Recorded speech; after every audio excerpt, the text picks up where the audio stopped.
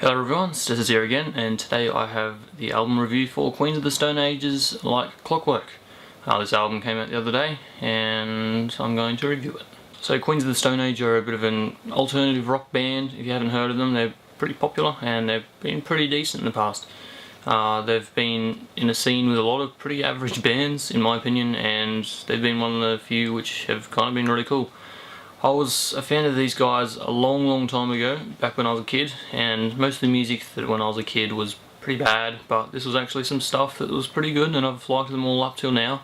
I think I originally got into them back when Rated R had just come out, so you know, that was a fair while ago now. I was quite young actually to be listening to some of the music and some of the references that were in there, but regardless, it was good music, so that's all you can ask for. And yeah, I've really enjoyed all of their releases. There's some which I'm not the biggest fan of, like Era Vulgaris, but I've still got enjoyment out of it, and yeah, they all kind of bring something different to the table, yet remaining Queens of the Stone Age, that sound, which is pretty impressive. And yeah, they've been gone for a fair while now.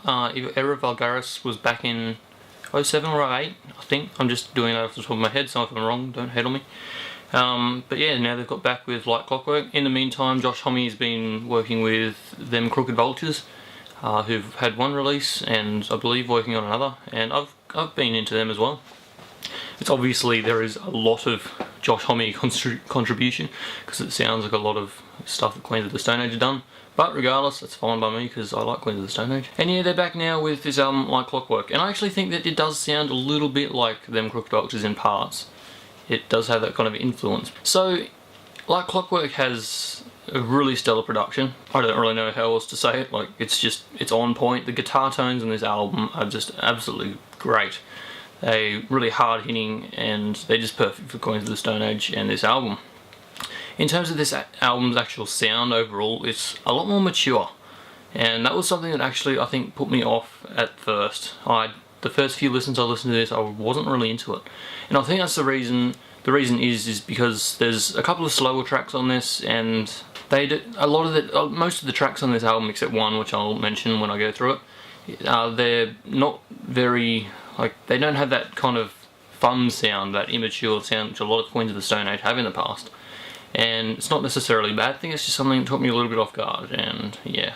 So that's the reason I didn't review it for a while, is because I wasn't really into it, and I had a feeling there was a reason. And yeah, it grew on me when I kind of, knew what to expect, and it's really good. In terms of sound compared to their other records, it's, as I said, there's a lot less fun kind of tracks, but they're really good rock tracks. I think you can actually hear a fair bit of influence from Foo Fighters type stuff, as he has been doing a lot of work with Dave Grohl, and well, always has, but especially now. A lot of the tracks are kind of more straightforward rock tracks. I'll go through each track and try and talk about them a bit more. So Keep Your Eyes Peeled is the intro track. It starts off with this really thumping kind of guitar. It's kind of a slower paced track, but a really beat heavy one. And it kind of has a little bit of a dark edge to it, and a lot of this music does, and I think it's because of the themes. There's a lot of themes of like loneliness and that sort of thing, and as well, a lot of this music sounds really it's gonna sound odd, but if you've heard the record, I know people agree. It kind of sounds a bit deserty. It sounds, yeah, a lot of there's a lot of atmosphere and that sort of thing. A lot of themes, which is correlate with the desert, and I think that a lot of this album is to do with that. I could be wrong, but I did a bit of a review on My God Is the Sun, the track review, and I mentioned it, and someone commented that yes, they 100% agree that it kind of has a really deserty feel. And a lot of this album does, and it actually goes really well with that kind of the carrying theme of loneliness and kind of being lost, and I appear missing, that title alone. I Sat by the Ocean is one of these tracks I was talking about, which is kind of pretty straightforward. It's actually quite a accessible track. It'd be something that I wouldn't be surprised to hear on the radio at all. The chorus is really catchy. It sounds like a bit like I Never Came, the one off Lullabies to Paralyze, that's the one. And towards the end there's this solo which kind of puts the song together. It's yeah, it's really good. Overall, this track, I said, is a conventional rock song, but it's a really good one. And that's the thing on these, a lot of these tracks, they are fairly conventional rock songs, as Queens of the Stone Age always have been, but they've done it really well and they never get really boring. I find that these guys are one of the only bands out there now that I can listen to which kind of have conventional song structures and that sort of thing, but I don't find myself easily getting bored in any of their tracks, which is really impressive. The Vampyre of Time and Money. This is a very synth-heavy track, which sounds a little bit odd for Queens, but they do it well, don't worry.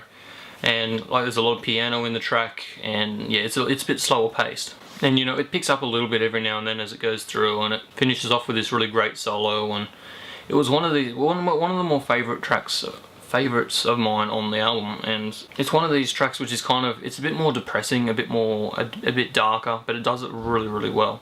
And you know, Hommy's vocals are absolutely on point, and it really helps. His vocals in, you know, where he's really thrashing them out, and the kind of slower stuff where it's really lazily paced, that sort of stuff, he always is just perfect for each part, and that's really impressive. If I Had a Tale is a really groove heavy track. Guitar tone was really evident on this album as well as being really, really good. Kind of has this lazy feel to it despite being pretty heavy, but yeah, that's a lot of these tracks do. They kind of, you know, they kind of have this lethargic feel to them. They're not very fast paced at all, as opposed to what some of their stuff have done in the past. They don't really have anything over the top. My God Is the Sun, I've already talked about this in my art track review, I'll go over it again. You know, it's just a conventional rock song, which is just, you know, it fits into this album. It's just like an easy listen to version of this album put in one track, basically. That's how it is. It's a great single. It's a really enjoyable track. It's got this killer groove, and it's just, as I said, a perfect single. But despite it being, you know, the really conventional, that sort of thing, it still has a lot of detail. It still has those really subtle guitar leads throughout that you don't really notice unless you're paying attention to. Kalopsia, or however you're meant to pronounce it. I believe this is the one Josh Homme brought on Trent Reznor to help out. I haven't actually looked up who collaborated on certain tracks, so I'm kind of going off remembering, so yeah, again, I could be wrong. But it's this track which kind of goes from being really slow paced to really upbeat, and then really slow paced and really upbeat. And yeah, the solo parts are kind of like this synth heavy piano driven ballad almost, very lazy, very lethargic, very atmospheric. And it pulls off this aspect of the track really well, and then it transfers into this really powerful, hard hitting, more upbeat section, which again, it does really well. It's just another Queens of the Stone Age powerful rock chorus. Like, you know, I can't really mention anything else. It has a really kind of bitter, pessimistic feel to the chorus.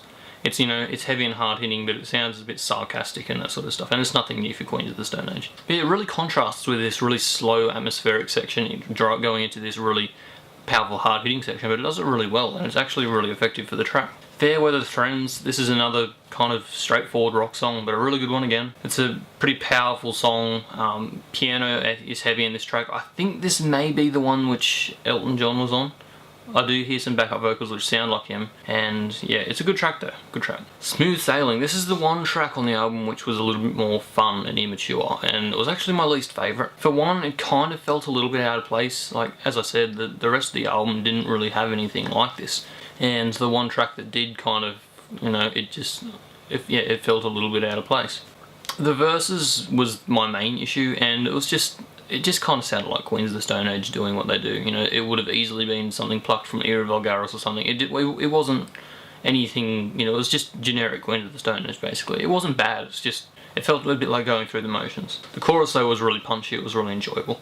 But yeah, overall, it's not a bad track, it's just my least favourite on the album, which gives you an idea of how much I like this album. I Appear Missing. This is one of those tracks which I was mentioning, like, the kind of, the themes of loneliness, the themes of, you know, going a little bit insane from being lost and that sort of thing, and, you know, it has a lot of really deserty kind of feels to it, and if you watch the video clip, it's actually kind of the same. It's, you know, it's set in the desert and that. It's another great rock track. I think it's the longest on this album, actually. It does it well. It's actually another one of my favourites, and yeah, I don't actually have that much to say about it. I don't know really how to describe it. It's, you know, it's another song on this album.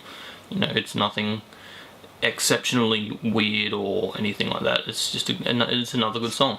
And the finisher, which is also the title track, Like Clockwork. It starts off as kind of a piano ballad, and well, even I think a fair bit of it is kind of going with this kind of pacing. The lyrics are really evident in this, and they are kind of a bit more over the album especially. And I'm not really, you guys know if you've watched a few of my reviews, I'm not big on talking about lyrics, but Josh Homme is really good at making them sound good, but really working and actually meaning something at the same time.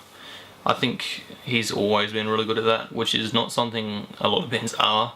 But yeah, it starts off as this piano ballad. Homme's vocals are really, again, on point. They're really sharp for this kind of stuff, and yeah, it kind of explodes about halfway through before kind of going back to the original melody, you know, a bit more powerful. And it's just a perfect finisher. It kind of summarises the album up. It's a bit more of a depressing, darker track, but again, like the other more depressing tracks on this album, and I'm not saying they're like absolutely heartbreaking or anything. They're just kind of yeah, they have that themes of loneliness, the, you know, the deserty feel, you know, being lost and those sorts of things, you know, in being depressing. So yeah, overall I really enjoyed the album. As I said, the production was just perfect, guitar tones were just perfect, Josh Homme's vocals was absolutely on point for this album. The songwriting on this album is extremely strong. Josh Homme knows what he's doing.